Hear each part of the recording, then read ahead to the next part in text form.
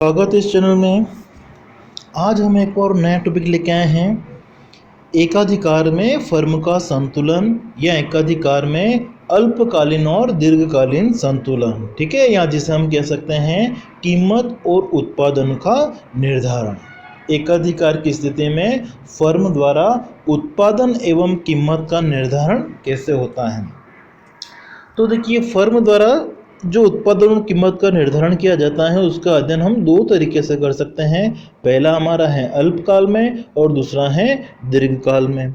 जब हम अल्पकाल की बात करते हैं तो अल्पकाल का मतलब क्या होता है, ऐसी समयावधि जिसके अंतर्गत क्या होता है, जो फर्म है वो मांग के अनुसार पूर्ति में परिवर्तन नहीं कर सकती हैं, ठीक है। मांग के अनुसार उत्पादन मात्रा को वो घटा बढ़ा नहीं सकती हैं।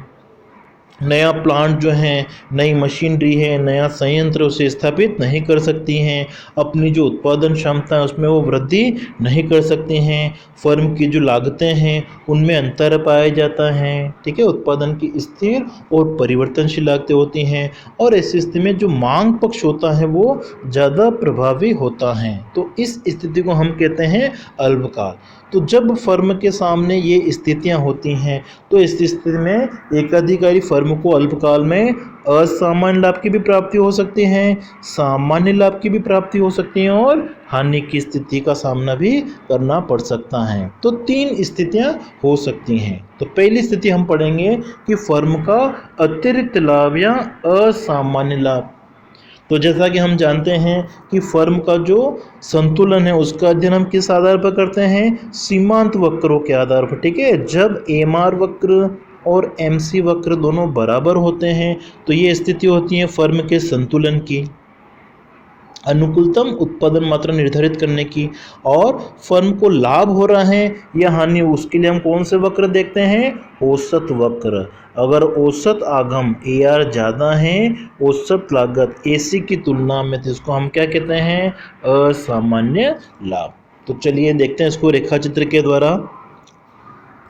अब देखिए एकाधिकार है तो एकाधिकार में AR वक्र और MR वक्र कैसे होते हैं, नीचे गिरते हुए होते हैं। जैसा कि हमने पिछला वीडियो पढ़ा था आगम विश्लेषण में, तो उसमें हमने एकाधिकार में आगम वक्र कैसे होते हैं उसके बारे में पढ़ चुके हैं, ठीक है। तो यहाँ देखिए कि एकाधिकार की स्थिति है, इसलिए AR वक्र और MR वक्र दोनों क्या होते हैं, नीचे की ओर गिरते हुए होते हैं। ये हमारा AR वक्र है और जो तेजी से गिरता दोनों में से वो होता है हमारा MR वक्र। फिर हमारा सीमांत लागत वक्र तो वो U आकार का होता है, ठीक है। तो हमने ये बना दिया सीमांत लागत वक्र। अब संतुलन की क्या शर्तें हैं कि सीमांत लागत और सीमांत आगम दोनों क्या होने चाहिए, बराबर, ठीक है। तो दोनों जिस बिंदु पर एक दूसरे को काट रहे हैं वहां से हमने एक रेखा खींच दी है। इस बिंदु को हमने नाम दे दिया E बिंदु। तो E बिंदु हमारा क्या है, संतुलन की स्थिति को दर्शाता है और इस E बिंदु को हमने ऊपर AR वक्र तक मिला दिया है, ठीक है, जो A बिंदु पर मिलता है। तो ये Q से लेकर A तक बिंदु हैं जो क्या दर्शाता है, वस्तु की कीमत को दर्शाता है, ठीक है, और जो O से लेकर P के बराबर है, ठीक है। तो संतुलन की स्थिति कहाँ पे होगी, E बिंदु पर, जहाँ पर सीमांत लागत वक्र और सीमांत आगम वक्र दोनों बराबर हैं और वस्तु की कीमत कितनी होगी, तो इसको निर्धारित करने के लिए हमने E बिंदु को ऊपर AR तक मिला दिए हैं, ठीक है। तो वस्तु की कीमत कितनी है, O से लेकर P तक है, या हम कह सकते हैं A से लेकर B तक।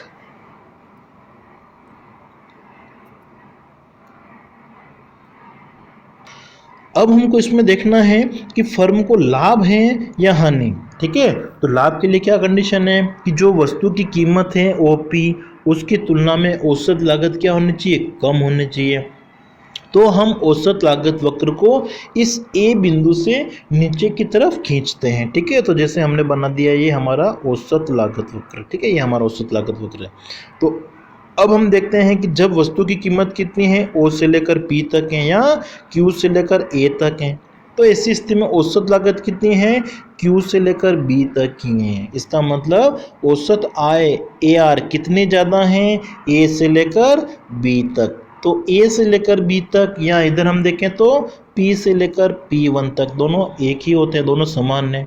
तो ये क्या है, प्रति इकाई लाभ है। ठीक है, प्रति इकाई लाभ कितना हो रहा है, P1 या AB के बराबर, और कुल लाभ कितना है फर्म का, P1BA के बराबर। ये जो पूरा क्षेत्र है वो फर्म का लाभ दर्शाता है। ठीक है, P1BA के बराबर। ये अतिरिक्त लाभ या सामान्य लाभ की स्थिति कही जाती है। दूसरी स्थिति हमारी है सामान्य लाभ। ठीक है, अब देखिए सामान्य लाभ के लिए क्या जरूरी है, AR और AC दोनों क्या होना चाहिए, बराबर होना चाहिए। ठीक है, जितनी औसत लागत है उतनी ही क्या होना चाहिए, औसत कीमत। जैसे हम मान लेते हैं कि वस्तु की प्रति इकाई लागत कितनी है, 10 रुपये, और प्रति इकाई मिल भी कितना आ रहा है, 10 रुपये। तो ये कौन सी स्थिति होती है, सामान्य लाभ की, न लाभ न हानि। AR और AC दोनों बराबर होते हैं। इसे हम इस रेखा चित्र में प्रदर्शित कर सकते हैं। ठीक है, एक तरफ हमने MR वक्र ले लिया है, इधर AR ले लिया, फिर हमने बना दिया हमारा सीमांत लागत वक्र, ये इस E बिंदु पे बराबर है। तो इस स्थिति में वस्तु की कीमत कितनी निर्धारित हुई, O से लेकर P। जब कीमत OP है तो औसत लागत भी इतनी ही होनी चाहिए, तो हमने औसत लागत वक्र बना दिया। ठीक है, जो कहाँ पे मिल रहा है, इस K बिंदु पर। तो इस स्थिति में वस्तु की कीमत और औसत लागत दोनों क्या है, बराबर, इसलिए फर्म को सामान्य लाभ की स्थिति हो रही है। इस स्थिति में वस्तु की कीमत कितनी निर्धारित हुई, O से लेकर P, और उत्पादन मात्रा O से लेकर Q, और ये जो E बिंदु है हमारा वो क्या दर्शाता है, संतुलन को दर्शाता है। ठीक है, अब तीसरी स्थिति हमारी है हानि की स्थिति। अल्पकाल में एकाधिकारी को हानि की स्थिति का भी सामना करना पड़ सकता है, और हानि कब होती है, जब AR कम होती है AC की तुलना में। ठीक है, इसे हम रेखा चित्र के द्वारा समझ सकते हैं। ये हमारा MR वक्र है और ये AR वक्र है, और सीमांत लागत वक्र हमारा U आकार का बनता है, तो ये हमने सीमांत लागत वक्र बना दिया। संतुलन की स्थिति कहाँ पे होती है, जहाँ पे MR और सीमांत लागत दोनों बराबर होते हैं। ठीक है, E बिंदु पर बराबर है। तो इस स्थिति में वस्तु की कीमत कितनी निर्धारित हुई, O से लेकर P, और उत्पादन मात्रा कितनी है, O से लेकर Q। अब हमको बनाना है हमारा औसत लागत वक्र।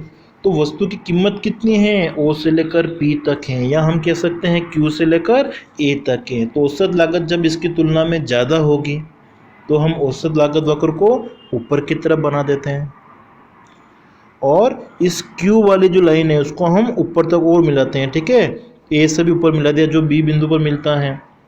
तो ऐसी स्थिति में हम देखते हैं कि फर्म द्वारा वस्तु की जो कीमत निर्धारित की गई वो कितनी है, O से लेकर P, जबकि प्रति इकाई लागत कितनी है, O से लेकर P1 तक। तो लागत कितनी ज़्यादा है, P से लेकर P1 तक। तो ये क्या है, हानि, और कुल हानि कितनी है, ये पूरा क्षेत्र हमारा P1BA के बराबर। ठीक है, ये पूरा हानि की स्थिति को दर्शाता है। क्यों, क्योंकि वस्तु की जो कीमत है AR, ठीक है, वो उसकी तुलना में AC क्या है, ज़्यादा है। कितनी ज़्यादा है, A से लेकर B तक। ठीक है, तो ये हानि की स्थिति है। अब हम पढ़ेंगे दीर्घकाल में। ठीक है, तो एकाधिकार की स्थिति है, तो एकाधिकारी को दीर्घकाल में क्या होगा, असामान्य लाभ होता है, अतिरिक्त लाभ होता है। क्यों होता है, क्योंकि दीर्घकाल में एकाधिकार की स्थिति में नई फर्मों का जो प्रवेश होता है वो स्वतंत्र नहीं होता है। नई फर्मों का जो प्रवेश होता है उस पर बहुत सारी रुकावटें होती है, बहुत सारे प्रतिबंध होते हैं, और एकाधिकारी द्वारा जिस वस्तु का उत्पादन किया जा रहा है उसकी कोई निकट स्थानापन्न वस्तु बाजार में उपलब्ध नहीं होती हैं। ठीक है, इसलिए दीर्घकाल में क्या होगा, फर्म को असामान्य लाभ की प्राप्ति होगी। ठीक है, असामान्य लाभ की प्राप्ति क्यों होती है, क्योंकि नए फर्मों का प्रवेश नहीं हो सकता है दीर्घकाल में, और उस वस्तु की कोई निकट स्थानापन्न वस्तु नहीं पाई जाती है जिसका एकाधिकारी के द्वारा उत्पादन किया जा रहा है। और दीर्घकाल की स्थिति क्या होती है, जिसमें मांग पक्ष प्रभावी नहीं होता है। कौन सा पक्ष प्रभावी होता है, पूर्ति पक्ष। इसमें मांग के अनुसार पूर्ति में परिवर्तन किया जा सकता है, नए प्लांट की स्थापना की जा सकती हैं, और इसमें लागतें जो होती है वो कैसी होती है, केवल परिवर्तनशील लागतें होती है, कोई भी लागत स्थिर नहीं होती हैं। तो इस स्थिति को हम इस रेखा चित्र के द्वारा समझ सकते हैं। ठीक है, जैसे हम रेखा चित्र बनाते हैं, तो ये हमने बनाया हमारा MR वक्र, और ये बना दिया AR वक्र, और ये हमारा दीर्घकालीन सीमांत लागत वक्र है। संतुलन की स्थिति कहाँ पे होगी, इस ई बिंदु पर। ठीक है, इसको हमने ऊपर की तरफ मिला दिया, तो जिससे पता चल रहा है हमको वस्तु कीमत कितनी है, ओ से लेकर पी तक के, और उत्पादन की मात्रा कितनी है, ओ से लेकर क्यू। तो ये संतुलन की स्थिति है।